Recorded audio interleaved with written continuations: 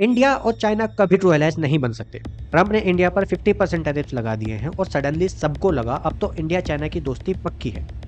हर news और YouTube channel पर alliance के हेडलाइन फ्लड हो गए हैं। हाँ, मोदी 7 साल बाद चाइना जाके वापस आए हैं, शी जिनपिंग ने सीक्रेट लेटर भेजा है, लेकिन रियलिटी बिल्कुल डिफरेंट है। ट्रस्ट डेफिसिट है, बॉर्डर डिस्प्यूट्स हैं जैसे अरुणाचल, गलवान, पैंगोंग सो और देप्सांग जैसे कुछ एरियाज में चाइना अभी भी कब्जा करके बैठा है, जिनको वो अपना बताने के लिए नए नाम और मैप तक चला रहा है। आज मैं एग्जैक्टली बताऊंगा क्यों ये महान अलायंस सिर्फ एक फैंटेसी जैसे है और क्यों यहाँ इंडिया को बहुत ही वॉर्न रहने की जरूरत है ताकि नेहरू जैसी गलती रिपीट ना हो, और कैसे ये वायरल हेडलाइंस और वीडियोस तुम्हें मिसलीड कर रहे हैं। बट पहले let me show you the harsh ground realities.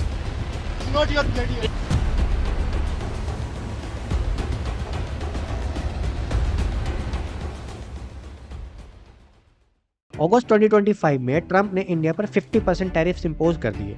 पहले 25% थे, अब डबल हो गए हैं और सडनली पूरा इंटरनेट फ्लड हो गया इंडिया चाइना की दोस्ती के हेडलाइंस और वीडियोस से।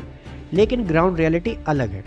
ट्रंप के टैरिफ्स के बाद इंडिया और चाइना के बीच इंप्रूवमेंट का एक्सीलरेशन तो हुआ है क्योंकि शेयर्ड इंटरेस्ट बन गया है against the American pressure.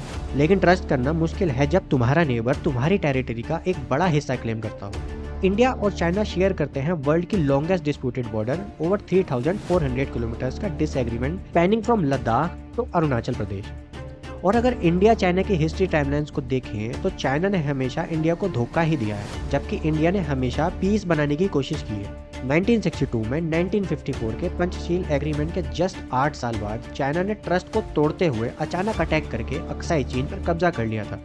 Hindi चीनी भाई भाई के नारे के साथ चाइना ने धोखा दिया। इसका इफेक्ट आज तक इंडिया चाइना के रिलेशंस पर दिखाई देता है।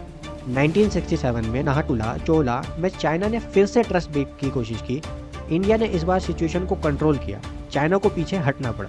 2017 डोकलाम डिप्लोमेटिक टॉक्स चल रहे थे, लेकिन चाइना ने फिर से ट्रस्ट ब्रेक करते हुए रोड बिल्ड करके प्रेशर बनाया। 73 डेज का स्टैंड ऑफ हुआ। एंड सबसे रिसेंट 2020 गलवान LAC एग्रीमेंट्स के बावजूद चाइना ने अटैक किया, 20 इंडियन सोल्जर्स शहीद हुए। ये चाइना की ट्रस्ट ब्रेकिंग की लेटेस्ट एग्जांपल है। पोस्ट गलवान पैंगोंग सो पर पहले जहां इंडिया रेगुलर पेट्रोल करता था फिंगर 4 to 8 के बीच, वहां अब चाइना ने एग्रीमेंट ब्रेक करके स्ट्रॉन्ग प्रेजेंस बना ली और इंडिया की पेट्रोलिंग रेस्ट्रिक्ट कर दी। बहुत सी राउंड्स ऑफ टॉक्स हुए पर चाइना कभी भी कंप्लीट सॉल्यूशन नहीं देता। ट्रस्ट ब्रेक करना ही उसकी कंसिस्टेंट पॉलिसी रही है और चाइना की पॉलिसीज जो हैं इंडिया को लेकर, वही सबसे बड़ा रोड ब्लॉक है इस दोस्ती में। जैसे चाइना की सबसे डेंजरस पॉलिसी है सलामी स्लाइसिंग, मतलब छोटे छोटे टुकड़े।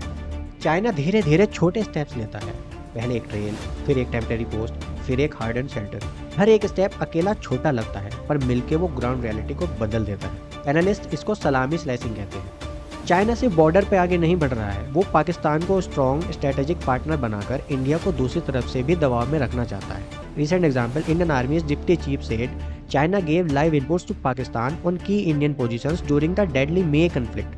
ये एक सीरियस चार्ज है और रीजनल बैलेंस पर सीधा असर डालता है। बीजिंग ने काफ़ी बार UN के फोरम्स पर पाकिस्तान लिंक टेररिस्ट को शील्ड भी किया है, जैसे मसूद अजहर की UN ग्लोबल टेररिस्ट लिस्टिंग को रोकना। ऐसे डिप्लोमेटिक मूव्स दिखाते हैं कि चाइना सिर्फ ग्राउंड पर ही नहीं, इंटरनेशनल स्टेज पर भी इंडिया पाकिस्तान डायनेमिक्स में पाकिस्तान को सपोर्ट करता है। और अगर इंफ्रास्ट्रक्चर की बात करें तो चाइना ने तिब्बत और शीनिंग के बॉर्डर एरियाज में एक सस्टेन इंफ्रास्ट्रक्चर बिल्डअप किया है।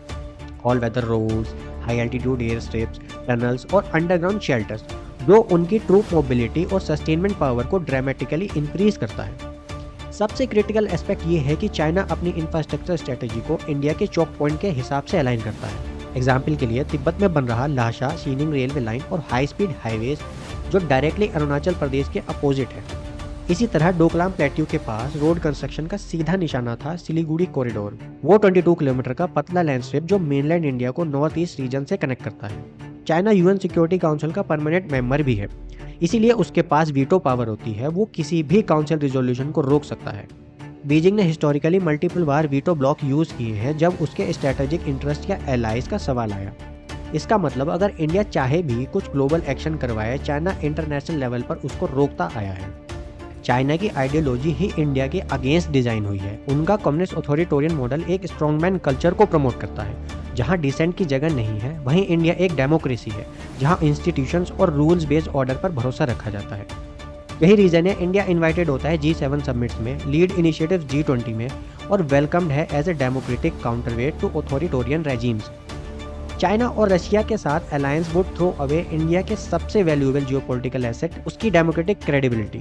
और अगर बात करें मनी की, क्योंकि अलायंसेस सिर्फ गुड वाइब्स पर बिल्ट नहीं होते, ये इकोनॉमिक इंटरेस्ट पर बिल्ट होते हैं। इंडिया का चाइना के साथ है massive trade deficit over $85 billion in 2023।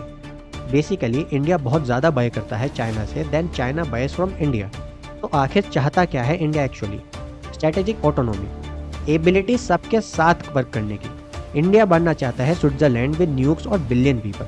इसका मतलब है रशिया से ऑयल बाय करना while partnering with America technology पर, चाइना के साथ ट्रेड करना while building defence capabilities against Chinese aggression. ये कॉम्प्लेक्स है, मैसी है, लेकिन इट वर्क्स। इंडिया का अल्टीमेट गोल है यूएन सिक्योरिटी काउंसिल में permanent seat, recognition as a global power not a regional subordinate. Anti American alliance join करना वो destroy these aspirants overnight. तो क्या इंडिया और चाइना कभी अच्छे दोस्त नहीं बन सकते हैं? सच ये है कि दोनों कंट्रीज के रिलेशन हमेशा एक पैराडॉक्स रहे हैं। एक तरफ ट्रेड और डिप्लोमेसी होती है, दूसरी तरफ बॉर्डर पर सोल्जर एक दूसरे के सामने खड़े होते हैं। चाइना की फॉरेन पॉलिसी हमेशा इंडिया को एक रीजनल राइवल के रूप में देखती है। CPEC, string of pearls, Indian north east states में इंसर्जेंसी को फंड करना या गलवान, इन सब में एक ही चीज़ कॉमन है, वो है इंडिया को प्रेशर में लाना। ट्रस्ट डेफिसिट अभी भी डीप है, गलवान के वुंड्स अभी भी फ्रेश है, इकोनॉमिक इंटरेस्ट अभी भी मिसअलाइंड है, ताइवान इशू भी है।